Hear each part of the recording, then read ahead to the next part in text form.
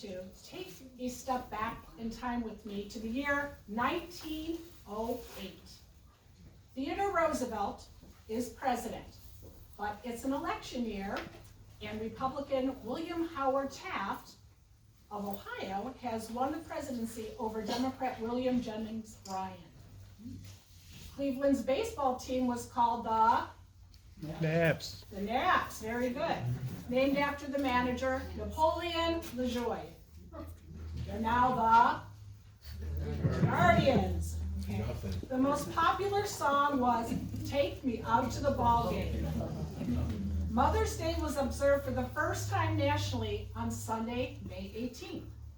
In October, Henry Ford launched his Model T automobile. The initial price is set at $850. The first upright vacuum cleaner was invented by James Murray Spangler, with rights sold later to the Hoover Company. Lyndon R. Johnson, our 36th President of the United States, was born August 27th of that year, as was Betty Davis, a renowned, of course, Hollywood actress. She was born on April 5th, 1908. The most popular names for babies were Mary and John. Any Marys in the audience? Okay. Any Johns in the audience? Okay. The Menor Free Library was 5 years old in 1908, now known as the Menor Public Library. The Garfield family was instrumental in its establishment.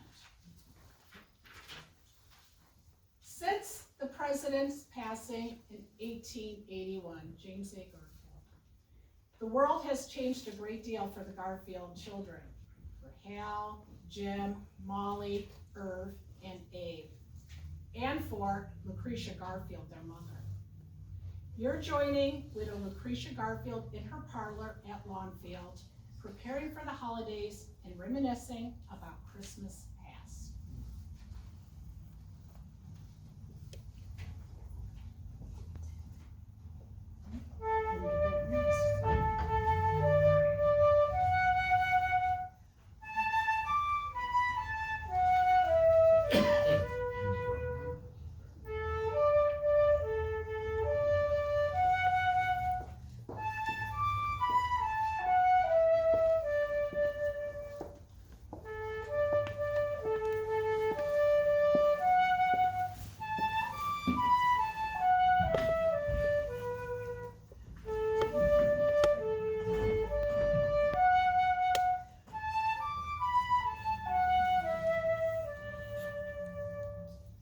Welcome and good evening to all of you. I'm so pleased you accepted my invitation to keep me company this evening as we prepare for Christmas.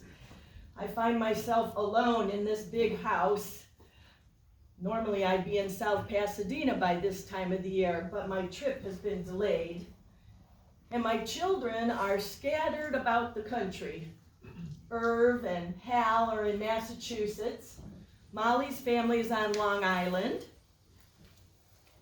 Abe and Razy are near Cleveland in Bracknell, with Jim closest by me here in Menor.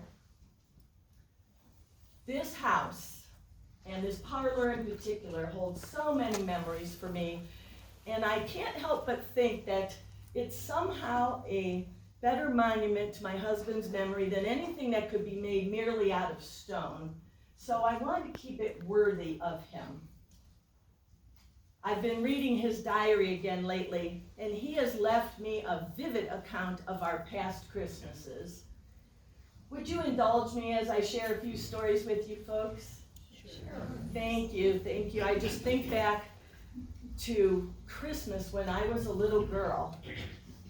It wasn't elaborate in either the Garfield or Rudolph homes. And I remember being a young girl in the 1840s, seeing an engraving in the newspaper of the first indoor Christmas tree. Prince Albert had presented it to his wife, Queen Victoria. He brought a German custom with him to England, and soon it caught on in the United States very quickly, and other English-speaking countries around the world. And my simple parlor tree here is very similar to that original Christmas tree.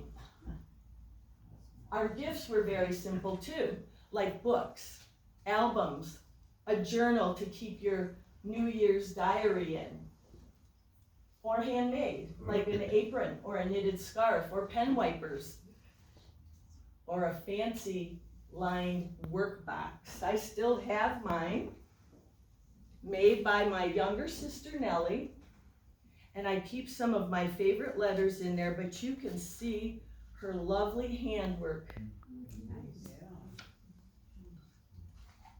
Nellie and I learned how to prepare the Christmas turkey dinner at our mother's side. Of course, we learned many of the farmer's daughters' chores at our mother's side: mending, making shirts for our papa, tending to the little ones, baking bread every day. And when I married James Garfield in November of 1858, times were very lean indeed. We couldn't even afford to purchase our own house. So we began our married life in Mrs. Northrup's boarding house in Hiram.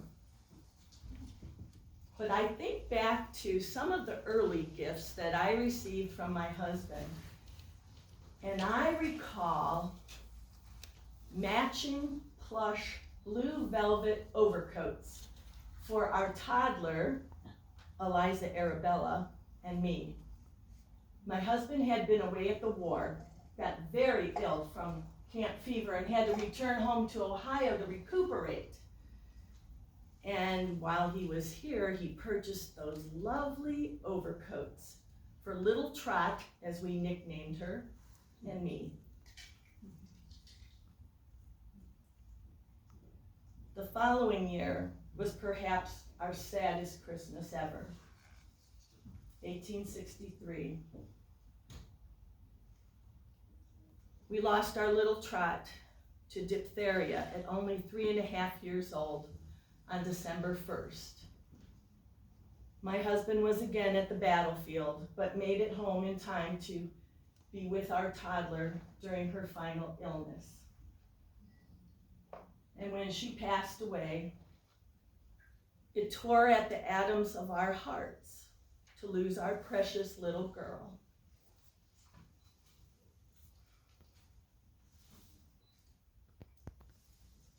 After that, though, our Christmases were usually spent in Washington because my husband had been elected as a U.S. congressman, and Congress began its sessions in early December every year. So Christmas Day was often a work day for Congressman Garfield. It was not a grand affair at the Executive Mansion either. The anticipated tradition was the New Year's Day reception. That was anticipated by the government officials, the diplomats, the military officers, and the public alike. Why, there was a line of people encircling the White House, all those folks waiting for their chance to shake hands with the President and First Lady.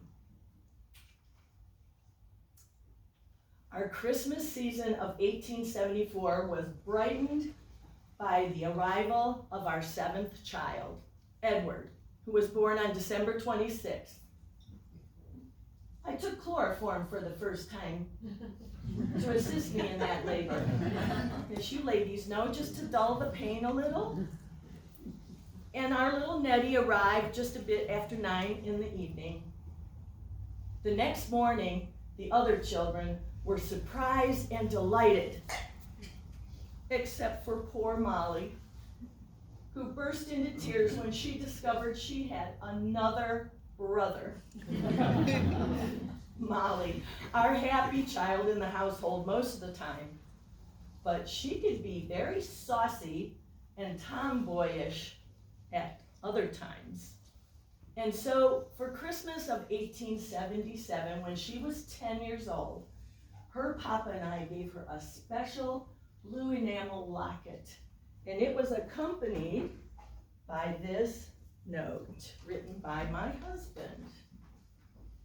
The locket which Christmas brings you is your first introduction to that series of delights in the way of jewelry, which rightly belongs to women. It carries with it a reminder of your duty to learn to be gentle. We ask you to begin with gaining that sweet quality which Shakespeare attributes to noble women, a voice gentle and low. And we hope your gifts of sweetness may more than keep up with the gifts which many Christmases may bring. Study this letter, darling, and with it accept the deep love of your papa and mama. Molly. Her saucy side showed up when she was quite young. As I recall, she wasn't quite 6 years old when she dared her older brother to lick the ice from the railing. Can you imagine that? Oh my Ring God. happy bells across the snow. The year is going, let him go. Ring out the false, ring in the true. Hello, little mother. Jim, How what are a you? nice surprise. How are you this evening? Oh, I'm doing quite well, thank you. Helen and the boys and I have brought you some holly from Hollycroft for the Christmas holiday.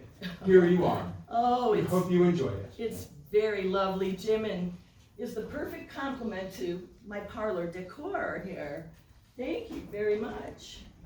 Your Helen sure has a way of growing things. You know, her gardens get lovelier every year. I couldn't agree more.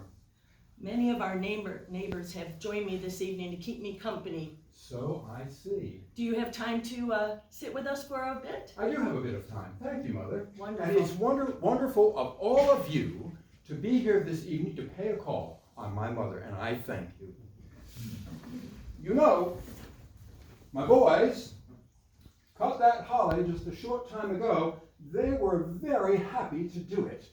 Well, and it got rid of some of that excessive energy of those four boys, I'm sure. It did. I'm sure. So, Mother, I believe I heard you telling a story to everyone. I believe I interrupted you. Well, I was just going to regale them with the tale of Molly's dare. Oh, Molly's dare. Let's see. I was 7. Molly was almost 6. And she and I and my brother Hal, had been sledding at Franklin Park near our home in Washington on Christmas morning. And we had come home and we were walking up the front entrance when Molly noticed that there was ice on the railings. And she dared me to lick it. Well, I could not resist a dare, not at that age, and so I began to lick the ice, and before I knew it, my lips were stuck to that railing. I pulled and tugged, and every time I did, it hurt, and so I'd stop. But I needed to free myself, so I tried again, and no success because it would hurt. Well, after a few minutes of this, my brother Hal went into the house. Next thing you know, here comes our colored handyman, Daniel Spriggs, with a bowl of hot water and some towels. But he was too late, for I had been determined that I would free myself from that railing, and so with a muffled yell, I yanked myself away from it, left some skin behind.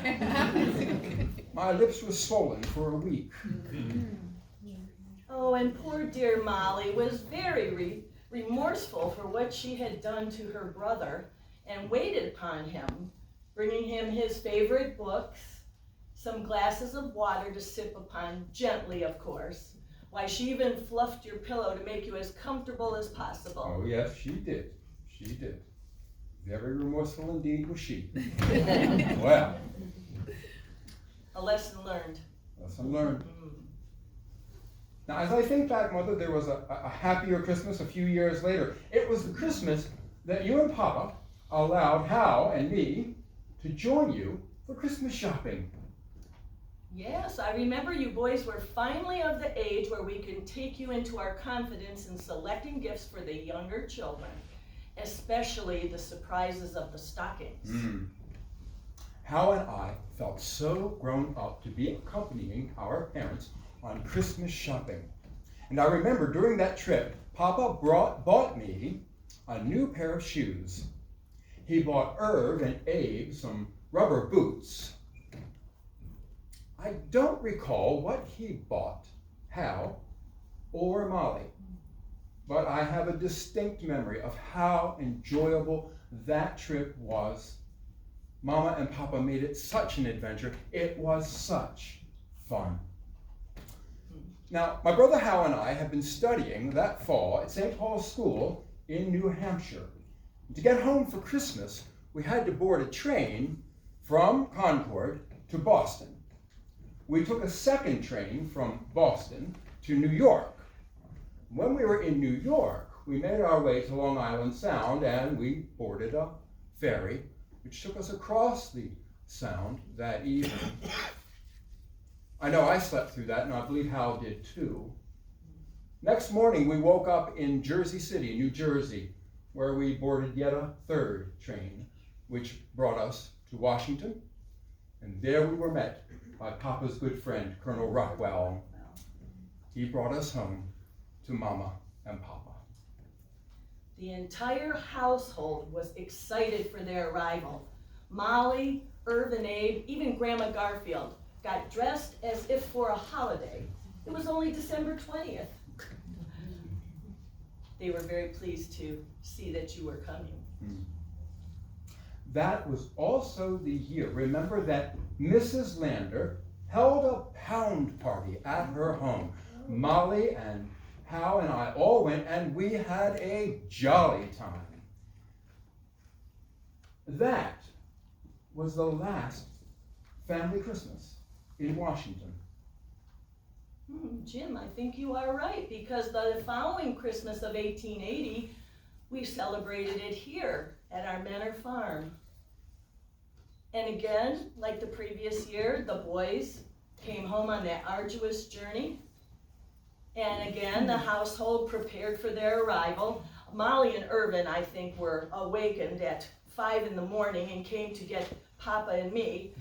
And we sent our farmhand at the time, Peter, to the train station with Irv to collect the two older boys. And soon they came bounding into the house, joyful and joy-giving. And I remember Hal, 17 at that time, was just beginning to have the outline of pubescent side whiskers. Oh, and Jim, you had grown a full inch since we had seen you in September. That reminds me of John Boy. My son, John. He's 6 feet, 2.5 inches tall. I think that's quite enough. He needs to fill out. He's 16. And he soon won't fit through any of the doorways here in my home. I know that. 1880. That was a Christmas after a very busy yet pleasant summer and fall of campaigning here on the farm. And your father was a bit worn down. I remember he didn't feel well. He had a catarrhal cold and a dull headache for several days. But he managed to rally and play a fine game of bagatelle with all you children. As he always did, every Christmas. A game of bagatelle. And Jim, I have purchased a new board. I've set it up here in the parlor for when your boys come over the next time. Oh, that's wonderful, Mother. You care to take a look at it and give it a try? I would be delighted. Let me take a look. Well, this is certainly different from Papa's. Papa's had pockets and we had a cue stick. Yes, much larger than this. This Yes. is more modern. Well, isn't this something? Well, let's see. So we put the ball there and we give it a little lever here and we give it a shot. And You scored. I did. 60. What do you know? And let's see if we can do this again. Oh, not so good that time. Oh well. Too bad. There. I can see this being a real competition. Well, with now your I got four 125. boys. And your boys will feel just like you are right now. We were just as competitive, the 5 of us. Yes. And I'm going to do one more of these, and then I want to show everybody what this board. Look, 70. Not bad, not Not bad. bad for your first No. effort. Now, I must say, this is a very different looking board, and I want to show it to everyone else.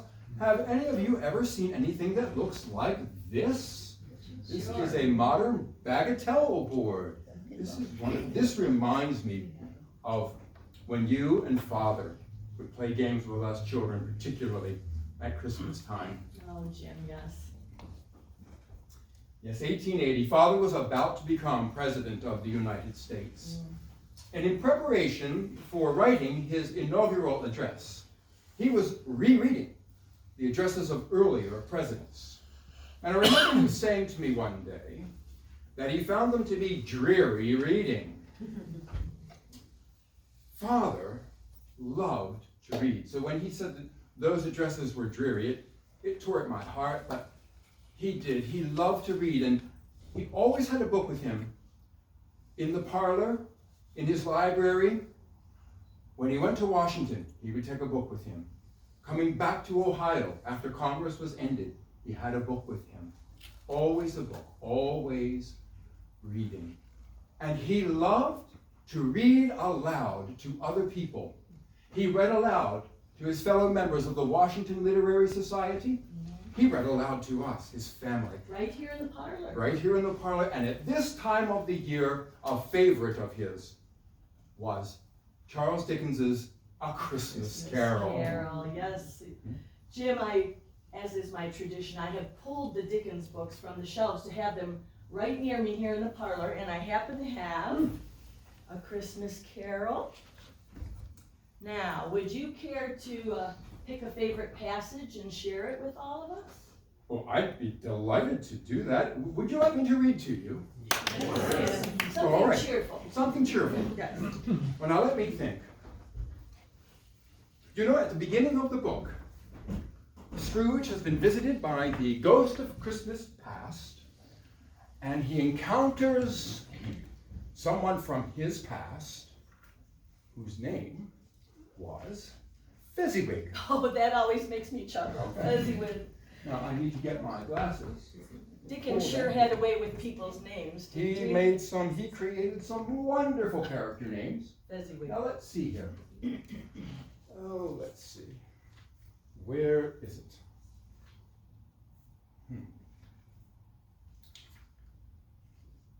Ah, here it is. The ghost stopped at a certain warehouse door and asked Scrooge if he knew it. Know it, said Scrooge. Was I apprenticed here? They went in. At sight of an old gentleman in a Welsh wig sitting behind such a high desk that if he had been 2 inches taller, he must have knocked his head against the ceiling, Scrooge cried with great excitement, "Why, it's old Fezziwig! Bless his heart, it's Fezziwig alive again!" Old Fezziwig laid down his pen and looked up at the clock, which pointed to the hour of 7. He rubbed his hands, adjusted his capacious waistcoat, laughed all over himself from his shoes to his organ of benevolence, and called out in a comfortable, oily, rich, fat, jovial voice, "Yo-ho there, Ebenezer, Dick!" Scrooge's former self, now grown a young man, came briskly in, accompanied by his fellow apprentice. "Dick Wilkins, to be sure," said Scrooge to the ghost. "Bless me, yes, there he is. He was very much attached to me, was Dick." Poor Dick. Dear, dear. "Yo-ho, my boys," said Fezziwig. "No more work tonight. Christmas Eve, Dick. Christmas. Ebenezer, let's have the shutters up," cried old Fezziwig, and with a sharp clap of his hands said, "Before a man can say Jack Robinson." You wouldn't believe how those two fellows went at it. They charged into the street with the shutters, 1, 2, 3, put 'em up in their places, 4, 5, 6, barred 'em and pinned 'em, 7, 8, 9, and came back before you could have got to 12, panting like racehorses. "Hilly-ho!" cried old Fezziwig, skipping down from the high desk with wonderful agility. "Clear away, my lads, and let's have lots of room here. Hilly-ho, Dick! Cheer up, Ebenezer!" Clear away? There was nothing they wouldn't clear away or couldn't clear away with old Fezziwig looking on. It was done in a minute. Every movable was packed off as if dismissed from public life forevermore. The floor was swept and watered, the lamps were trimmed, fuel was heaped upon the fire, and the warehouse was as snug and warm and dry and bright a ballroom as you would desire to see upon a winter's night.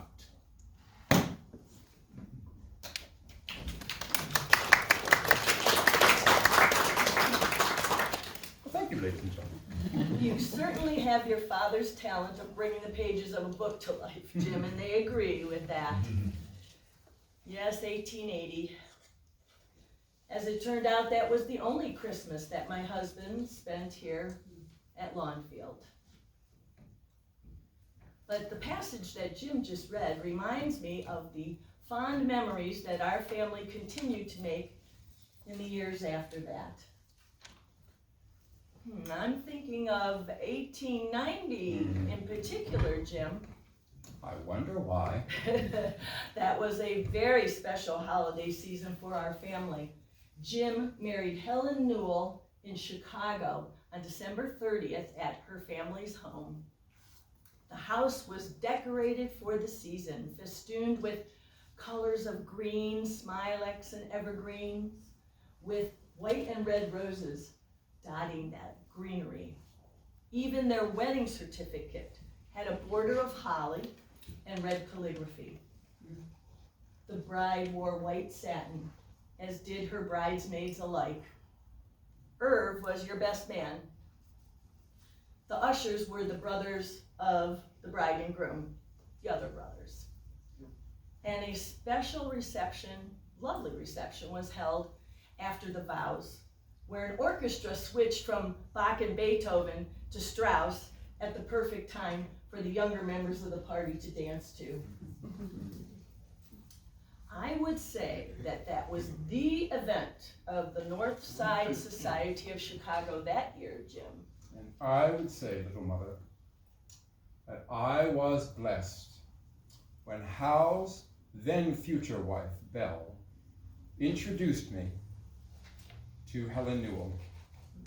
Helen. She was the prettiest girl I'd ever seen. She was a kind and sensitive, intelligent person with a good wit. Distance and a 5-year courtship would not keep us apart. And you two are so well suited to one another. Thank you, Mother.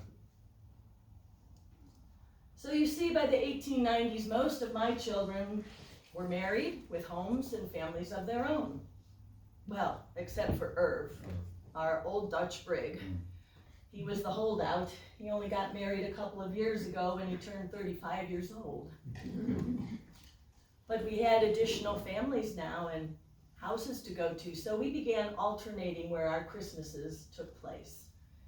And the last large Garfield family gathering for Christmas here was in 1898 in the Memorial Library.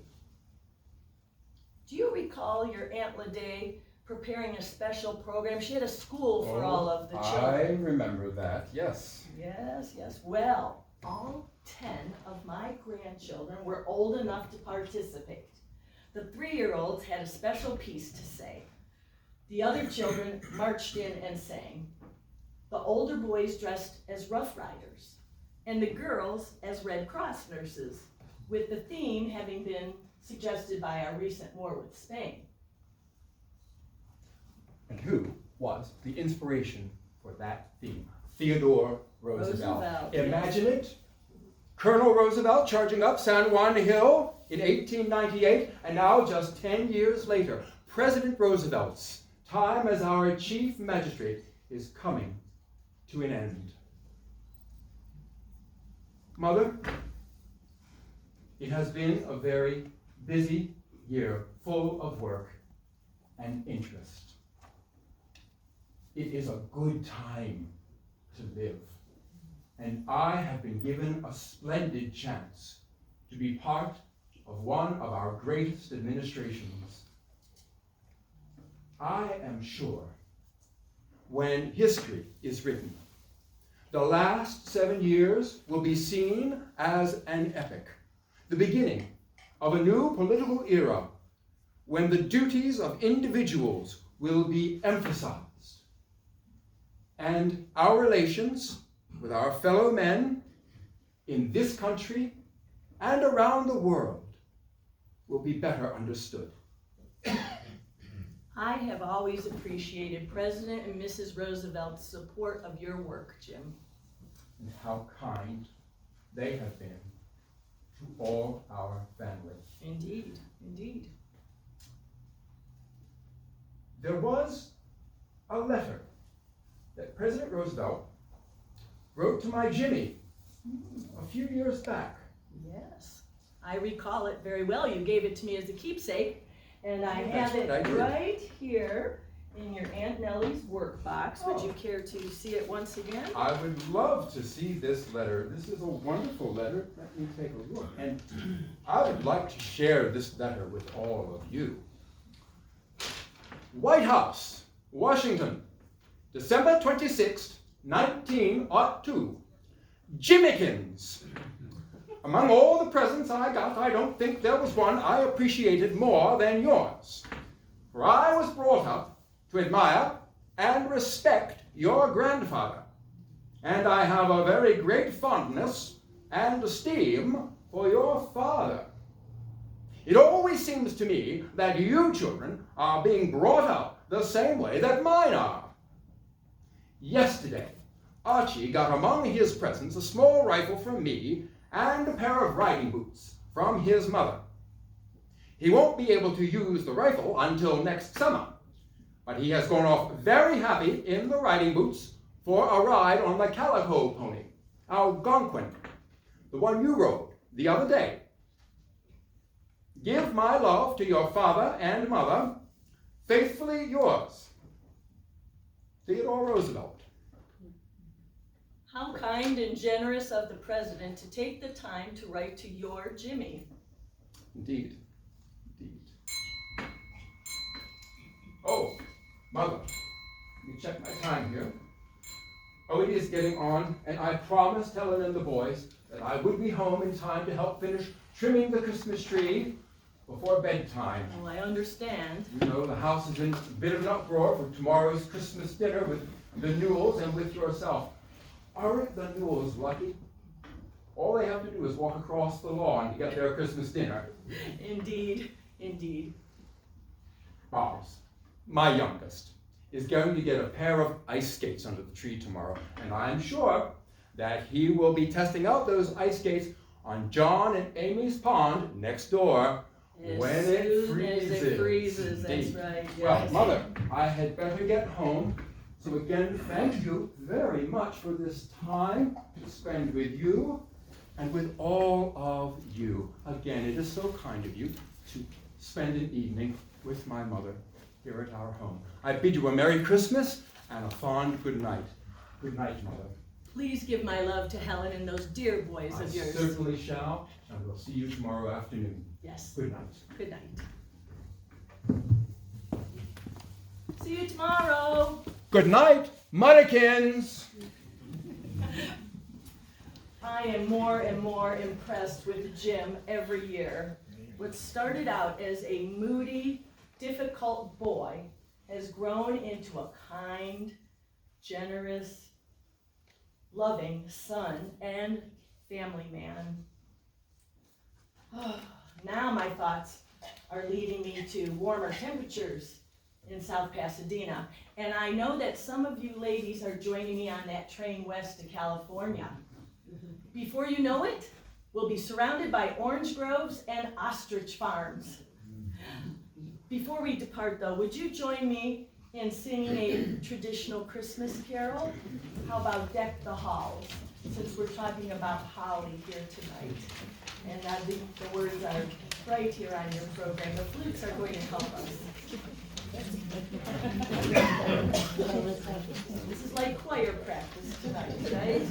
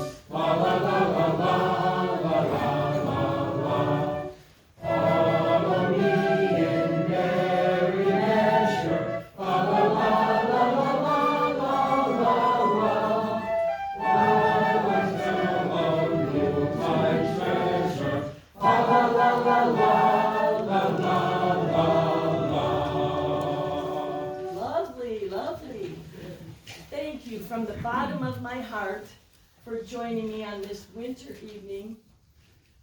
Merry Christmas and good night.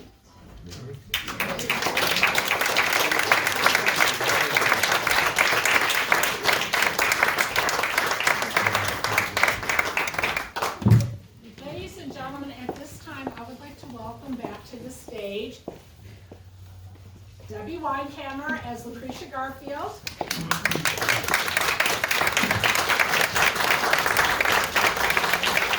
She is our lead volunteer here at James Garfield, and park ranger Ellen Gephardt as Jimmy Kim's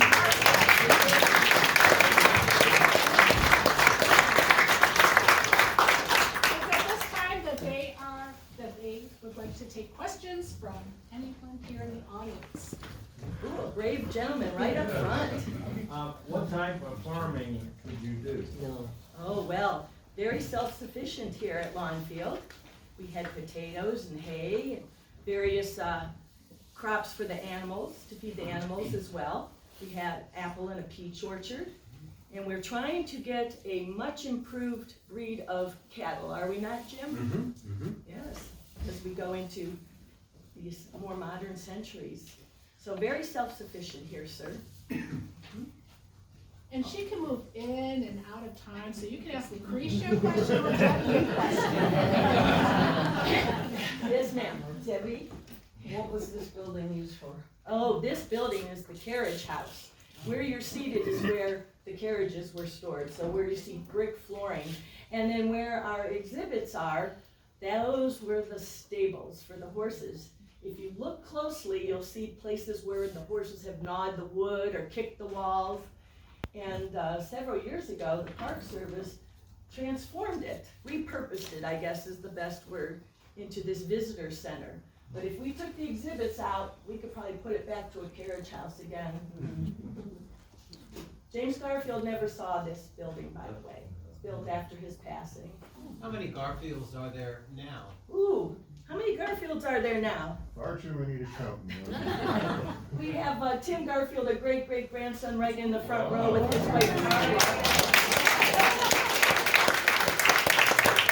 We're never gonna make you stand up at some time. He barely fits through the doorways You here. know, you might have trouble there, but Tim is a great supporter of our site, comes to many of our programs and supports many of our programs, and, yeah, so we're very. So Lucretia's 5 children had 16 children. And they had 48 children. They had 119 children. And so Tim and his cousins and his grandchildren, 4 greats now, are still here around us. They're spread out around the country. Some are in Massachusetts, in Michigan, California. We're very fortunate too. We get descendants from all 5 of Mrs. Garfield's children come through this site during the course of a year. So it's really nice too. In fact, we met the descendant that has Molly's locket. We weren't sure where it was, right, Mary? And he came to visit from Nashville with his family and said, "You mean this one?" Yes, that's the locket we're all looking for, and he's the current owner of it. Yes, sir. What was your favorite or most memorable part of the library that you added on or had added on to the house, would you say? Well, I think it was just having a warm, inviting room. Choosing the white oak to be different than a masculine library with mahogany or walnut, dark woods. Choosing the white oak, I think, made it a very comfortable, warm, inviting space and a place where our family loved to gather. I think that's in addition to, of course, saving the books and the papers, which are essential to the room being there, but I think that white oak really makes it different than other libraries of its day. What do you think, Jim? What's the best part of the library to you?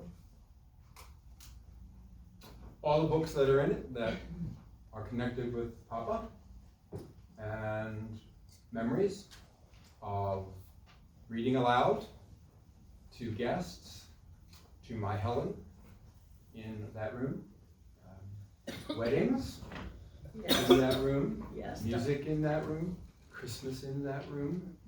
Lots of good memories. Jim's boys, as well as my other grandchildren, loved when I would open the metal doors to the vault, to the memory room. They said it had a musty odor, but they could see their grandfather's papers there. And it was really special for them. Someone had a hand up. Yes, ma'am. What were some of his favorite authors? Ooh, your papa's Well. favorite authors. Certainly Dickens. He read Jane Austen. I would say the author, the writer whom he most comments about is Shakespeare in his diary.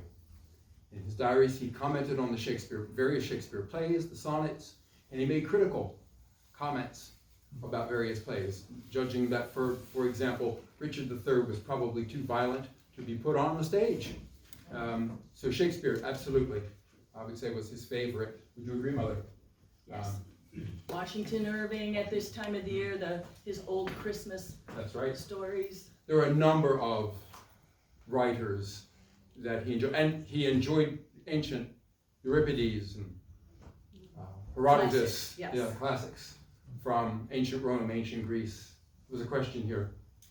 Are you friends with the Steeles that live further down the road? Yes, Have yes. you been here or have you been to their? they have been there, I have been there, both, and our children and Mr. Garfield and I had tea over there several times, and vice versa. Yes. They came here for tea. The Steele children played croquet on our side lawn, along with the children. So, yes, we have friends with George and his brother. The two men came to Washington quite a few times to enlist the help of your father, Congressman Garfield, too, to help them with some things, railroads and some other things. Business. Yes, sir. Why did you pick this house and this farm? Oh. It was, No. yes, well. You've heard us tell the story. Yes, it was available for sale. There's Short more to answer, it. right? Papa and Mama sold the home that I was raised in, that I was born in Hiram, in 1872. And for 4 years, when we were not living in Washington, and we're in Ohio, we were traveling about. Like vagabonds. Yes, particularly cottages on Little Mountain and other places in Lake County. But Father had a mentor here in Mentor, and Dr. Robeson made him aware that Mrs. Dickey was selling her farm in 1876, and he negotiated with her and her brother and came to an agreeable price and purchased the farm in October of 1876. And I think at this point, Papa was really thinking about his future. He'd been a congressman for 13 years, and he was wearying of the political life and was wondering whether he might not just devote himself to a full-time legal career. I happen to think that perhaps this farm was a way for him to just escape some of the politics that engulfed his life during most of the year.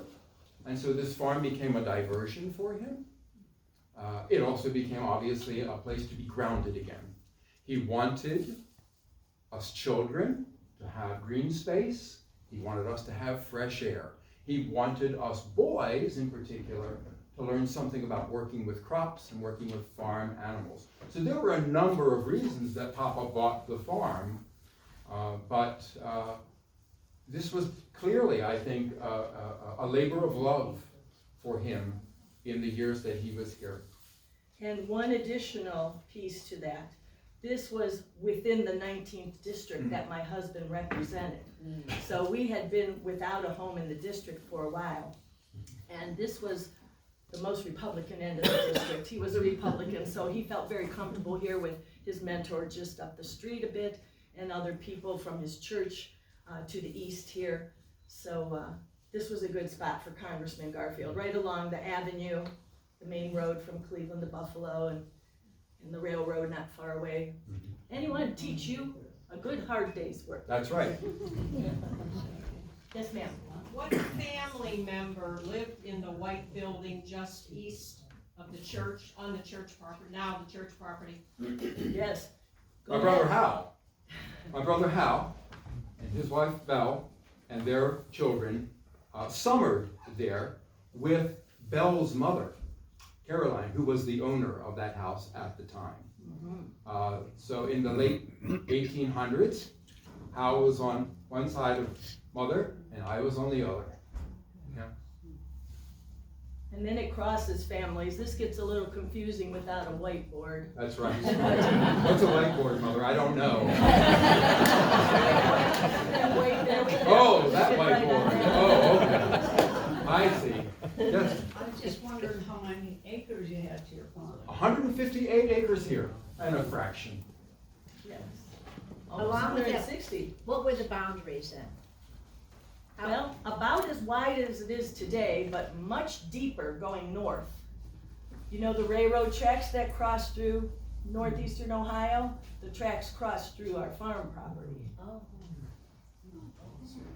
So more narrow, if you want to call it that, with a very deep farm, with the house close to the main road. That's how many of the farms were along the avenue. Oh, I see a hand in the back. Could you please explain what in the world a pound party is? Oh, a pound party. What's a pound party? What is a pound party? You take a pound of chocolate, soap, coins, coffee, flour, candy. A pound of something you take to the party, it will be consumed at the party or it will be given to charity. So that's a pound party. We should have one here someday. Anyway. They do that frequently, don't they? Non-perishable items are accepted for donations, something like that. Yes, sir. With a name like James Garfield, any desire to run for political office? Oh, I already have. I was a state senator representing more or less the same district that Papa did.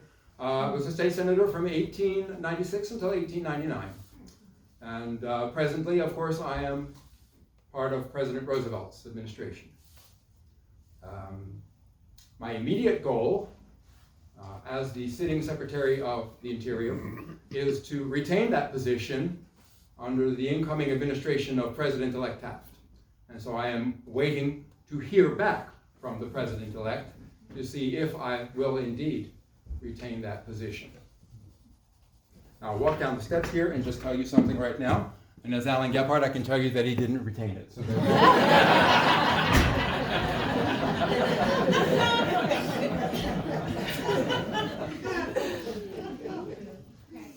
Yes, ma'am. Can you tell us about the original cabin and the current cabin where your husband was born? All right, I will step out as Debbie now, and Carla Garfield is a docent with me at the cabin in Moreland Hills every summer.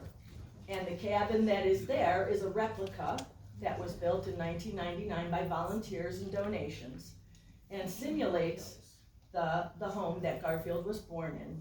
You can walk a path back about half a mile or less to a clearing where the actual site was for the original cabin. So the original cabin is long gone, the cabin that was there. But there is a boulder with a brass plaque on it that denotes about the spot where the original cabin sat. And the Moreland Hills Historical Society is currently working on a project to recreate this little homestead, this farm that Eliza Garfield and her 4 children kept going there. And they're working on that right now. If you're talking about the cabin that sat here, because you're looking. We were originally, our home was in Moreland Hills, we always Okay. drove by. Then I'm But I talking about the never right knew- one. I never knew, is that the actual site of the first one, or? The you first just one was back in explained? the woods. Thank you. So you can take a little hike, there are steps and railings, and you cross a creek and you go back into the woods. It's lovely in the fall and the spring. The original one does not exist anymore, it's long gone, just in memories. Well, thank you all for coming today, and before you leave, we want to thank 3 people, of course. Debbie, Weinkammer. We can give her another round of applause. Debbie has volunteered or worked here as an educator and interpreter for many years, 25-ish? 25 years, so she has a great body of knowledge. And of course, Ellen Gephardt, who's the park ranger here at the site, and all these encyclopedia of knowledge. And it was earlier this year that we came across a video of James R. We never heard his voice before. He was at the Republican Convention of 1932. And we were able to hear his voice. And so, you know, a lot goes into a lot of what you hear today are words that Mr. It comes from Garfield- letters and diaries. Yes, Mhm. so, yes, great job putting that all together, and I also want to thank our volunteers in general. When you went to the house and you saw the folks there telling you about the home, many volunteers here interpret the house, like Claire and Dave. And the cookies on the table, any baked by our volunteers. And of course, the beautiful music you heard today. So if you stand up in the back, I'll take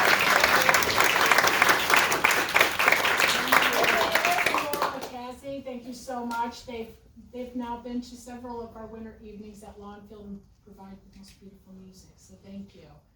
And also the Garfield Alliance and the Garfield Trail that help us fund this event and other special events. We couldn't do it without them as well. And of course you, our audience. Yes, So thank you all so much. Thank you very much.